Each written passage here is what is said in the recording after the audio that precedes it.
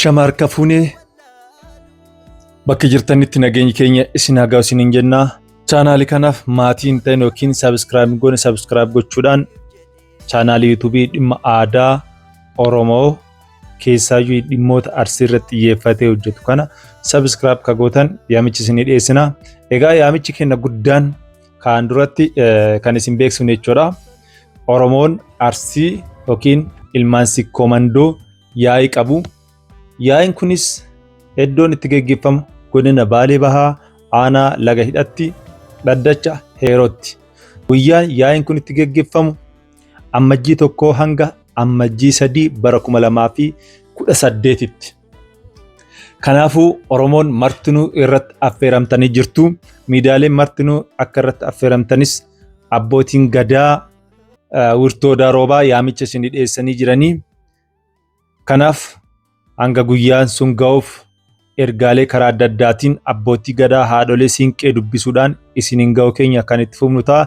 Namoonni chaanaalii kana haaraa taatan yookiin sabiskiraayib gochuudhaan maatii isaa Madda Walaabuu Miidiyaa Neetwoorkii akka taatan affeeramtanii jirtu.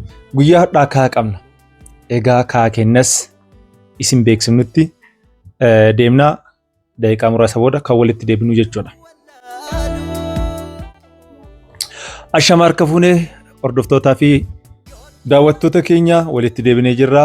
Guyyaa har'aa akkuma kaleessaa yookiin viidiyoo jalqabaa irratti isiniif kenne sirna gadaa keessatti Oromoon heeraaf seera tumatee qabaa jechuudha. Heeraaf seera kanas kan tumatee jiru uummata isaa ittiin bulchuudhaaf. Jaarraa hedduun duratti Oromoon sirna gadaa kana ittiin bulaa ture jechuudha. Sirni ammayyaan amma addunyaan ittiin bulaa jirtus bu'uurri isaa sirna gadaa kan jedhameefis waa malee miti. Egaa Oromoon odaa qaba. Odaan kun sirna gadaa keessatti jaarrota hedduun duratti akka caffee kanatti ilaalama jechuudha. Heeronni sadarkaa dhaddachatti murtii argatan bakka Wirtuu Odaa Roobaatti goodamuun yookiin murteen sun raggaasifamuudhaan itti hawaasni tajaajilamu jechuudha. Egaa odaan akka caffee ammaatti fakkeenya fudhachuu dandeenya jechuudha. Kan biraa immoo dhaddacha. Egaa yeroo ammaa dhaddachi 20 ilmaan sikkoo mandoo biratti hojiirra ooluudhaaf sosochiin gaggaariin bara 2017 irraa eegalee hojiitti seenamee jira jechuudha. Fakkeenya fudhachuu dandeenya bara 2017 dhaddacha guutatti abbootiin gadaa dhaddacha guutaa Wirtuu Odaa Roobaa irraa sagantaa qabame geggeessuudhaan tumaalee yookiin labsiilee hanga 3 raggaasifamanii ittiin akka hawaasni gargaaramu ittiin akka hawaasni tajaajilamu taasisanii turan jechuudha. Gama biraatiin amma fakkeenya fudhachuu dandeenya sirna amma ittiin bulaa jirruu fi sirna gadaa Oromoo kana kan fakkeenya walitti fide jechuudha. Gadaa irraa akka dhufuusaa addunyaan dhuguma sirna dimookiraasii amma ittiin ammayyaa jennee ittiin bulaa jirtu sirna gadaa irraa fudhachuusaa agarsiiftuun tokko kana. Fakkeenya fudhachuu dandeenya. Dhaddachatti seerri tokko ni labsamaa hawaasni akka ittiin bulu kallattiin ni kaa'amaa jechuudha. Caffeerraa sadarkaa godinatti manni mariin jira. Manni marii uummataan jira. Manni marii uummataa sun ammoo uummatatti gadi bu'anii bakka bu'oota uummataatiin ittiin labsiisan dhugoomsanii hawaasa isaanii ittiin deeggaranii sirna hordofii fi deeggarsaatiin taasisu jechuudha. Dhaddacha birattis kanuma. Waabee gamarratti 11 jira. Waabiyaas ammoo 9 jira jechuudha. Egaa dhaddachi Oromoo Arsii sikkoo mandoo 20. Labsiiwwan dhaddacha kana keessatti labsaman Wirtuu Odaa Roobaatiin raggaasifamu jechuudha. Argitanii walitti dhufeenya isaa. Dhaddacha irratti aansee yaa'aa jira.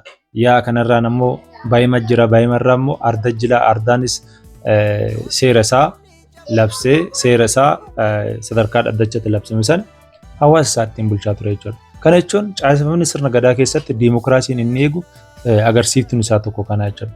Guyyaa har'aa akkuma bu'uura godhannee Odaa Roobatti jaarraa hedduun dura seeronni 1890 labsamanii kunis odaalee akka nabeetiif, odaa akka bultum, odaa akka bisil, odaa akka bulluq, odaa akka mormor, odaa akka gumii gaayyoo, odaa akka meebokkoo kanneen irratti hojiirra oolaa ture jechuudha. Center of Political Area guddaan eessa ture Odaa Roobaatu jira jechuudha. Wiirtuu Odaa Roobaa irraa gara Odaa Nabeetti dhufee kan irraa ka'eetti Odaa Roobaa giddugala siyaasni wiirtuu Oromoo labsiin itti raggaasifamuu fi sirni bulmaataa ittiin tumamu taasifamee ture jechuudha. Wanni ijoon adda isinitti mul'inne immoo Oromoon heera qabaa, Oromoon seera qabaa jechuudha. Akka namoota garaagaraa fi abbootii gadaa jaarolee beekan hayyoota biyyaa irraa rifeer goonee fi kitaabilee garaagaraa arginetti heerri Oromoo sagalee jedha. Heerri Oromoo sagal kun ammoo caaseffama sadi jalatti kan argaman. Fakkeenyaaf heera mana hambaa sadi jedhan.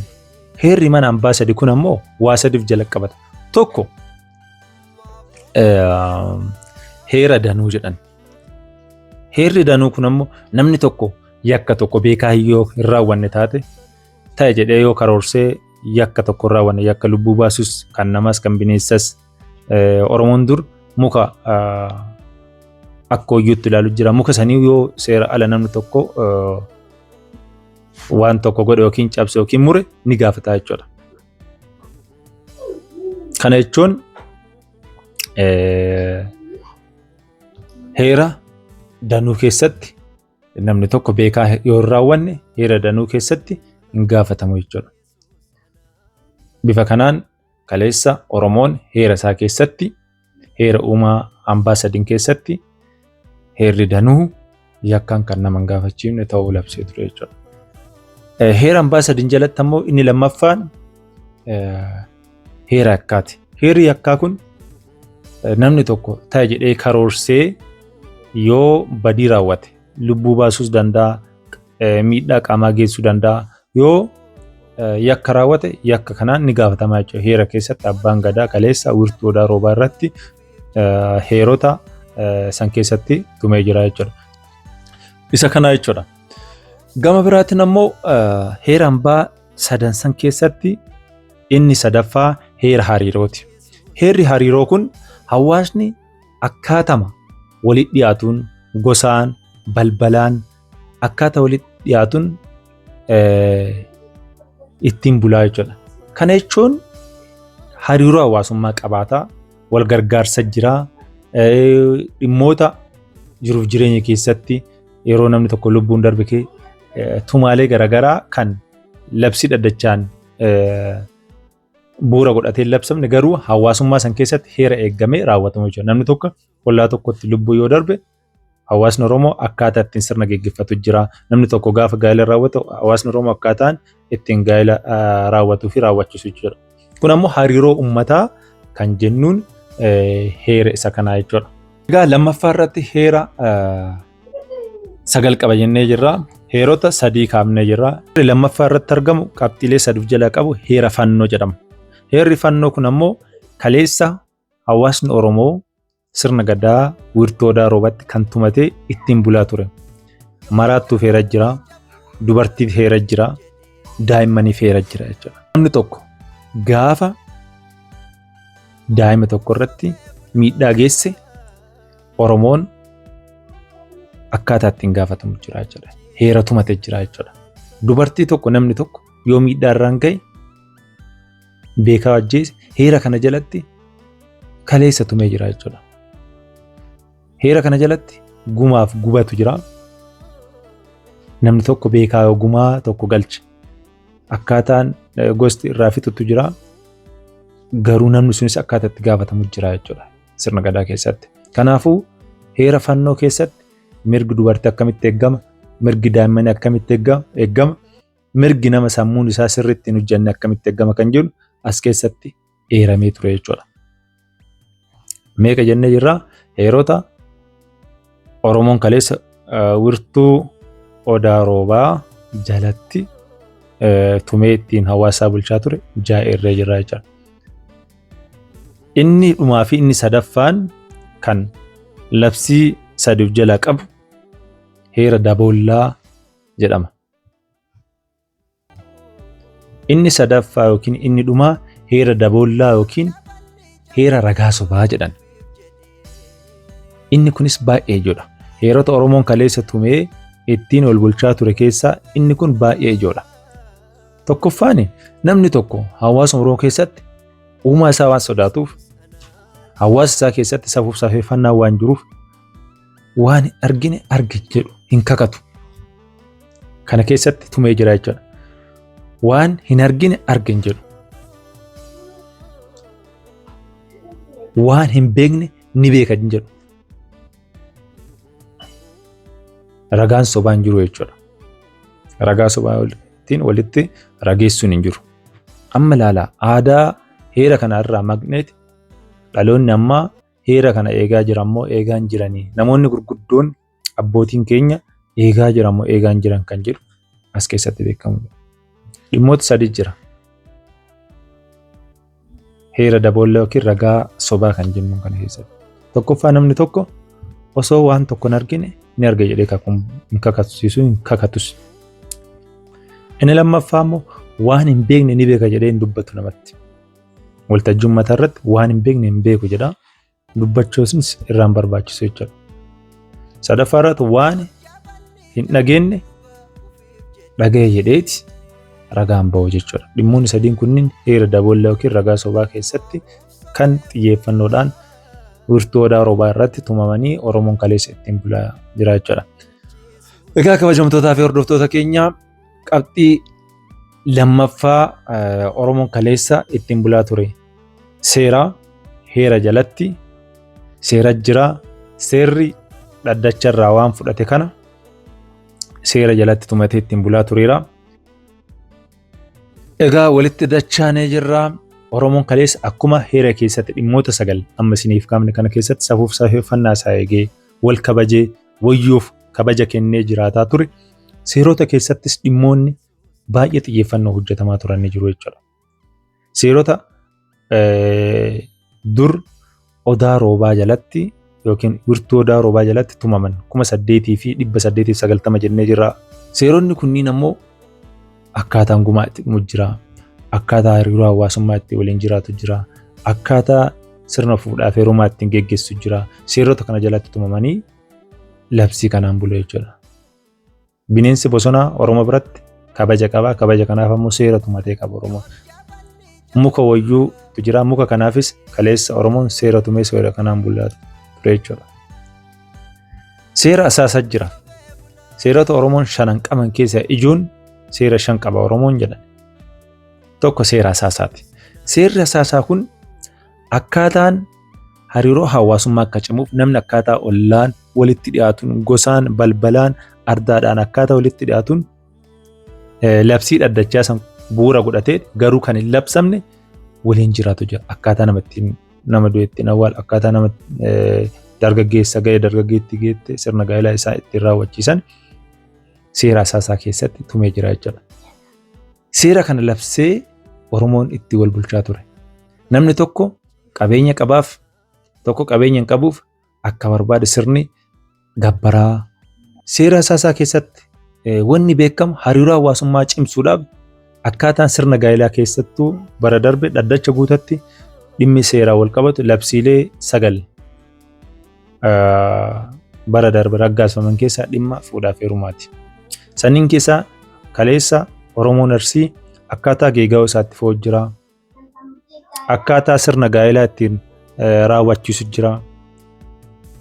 Kana keessa darbeetu malee namni tokko qabeenya qabaaf birrii miiliyoona 1 kaffalee intala fuudhuu intala takka akkasiin gurguruun kun kaleessa uumee Arsiin seera keessatti labsate keessa hin turre jechuudha.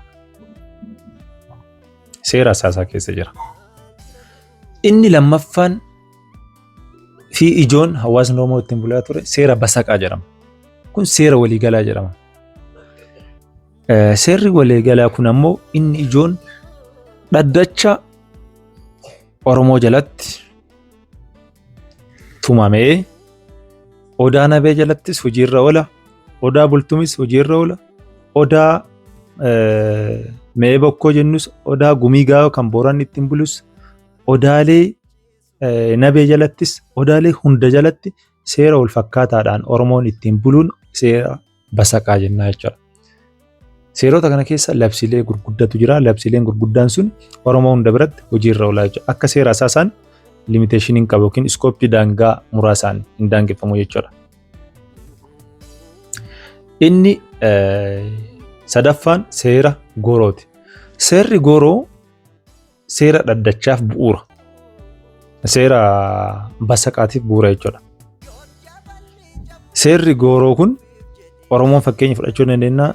Dhaddacha 20 qabaa. Dhaddacha 20 jalatti akkaataa daangeffama isaatiin hawaasni Oromoo murtii dabarsaa. Murtiin kun ammoo kan goodamu yookiin kan murtiin kun raggaasifamuun wirtoodhaatti sadarkaa dhaddachatti wantoonni labsaman kunniin seera gooroo jedhamu jechuudha. Erga labsamanii gara wirtuulee odaa akka nabii odaa akka roobaatiif dhaqqabaniiti hojiirra oolu jechuudha. Isa kanaan seera gooroo jenna jechuudha. Inni arfaffaa fi inni biraa sirna gadaa keessatti tumamee kaleessa hawaasni Oromoo ittiin bulaa ture seera killeeti.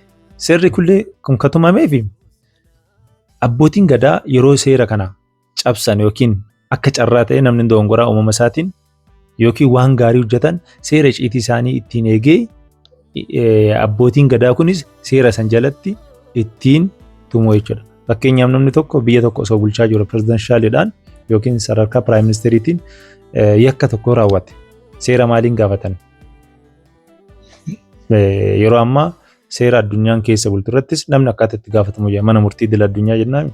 Sirna gadaa keessattis fakkeenyummaa kanaan seerri killee jira jechuudha. Seerri killee kun abbootiin gadaa daangaa aangoo isaanii qabu. Daangaa aangoo isaanii ammoo uummata ofiisaa akkuma isaan ittiin bulchaa turan seera basaqaa fi seerota asaasaa garaagaraa bocanii akkaataa ittiin bulchaa turanii ofii isaaniitis seera ittiin gaafatamantu jira jechuudha. Itti gaafatamummaan sirna gadaa keessa akka jiru kanarraa hubachuun ni danda'ama jechuudha.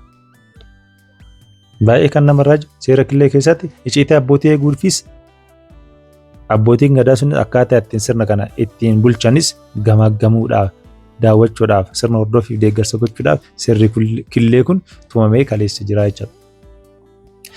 Inni shanaffaa fi inni dhumaa seera Oromoon kaleessa ittiin wal bulchaa turee fi ittiin bulaa ture keessa seera jabbii yookiin seera bifaa jedha. Seerri kun seerota dhaddachaa birootti tumamee hawaasni Oromoo osoo ittiin bulaa jiru saksestiin ta'e yookiin ittiin milkaa'e dhaddacha birootiif fidanii bulchuu. Kunis kan taasifamuun karaa wirtuu odaa roobaa fi wirtilee odaa Oromoo shananii fi kanneen birootiin kan raawwatamu jechuudha. Egaa kabajamtootaa fi hordoftoota keenya sagantaan nuti isinii dhiyeessaa turre kan hangammaan hordoftaniif gara fuulduratti sagantaa kana fakkaatu akka isinii dhiyeessinuu fi Maddoolaabuu Miidiyaa Neetwoorkii yookiin MMN maatii godhadhaa isiniin jenna. Namoonni sabskiraayib godhan sabskiraayib godhaa. Kan isinii dhiyeesse ani Mootii Gammachuuti. Gara fuuldurattis abbootii gadaa haadholee siinqee jaarsolee aadaa irratti hubannoo guddaa qaban istuudiyoo keenyatti affeerree kan isinii dhiyeessinuuf ta'a. Waan hordoftaniif horaa bulaa deebanaa. Torbaan jaalalaa.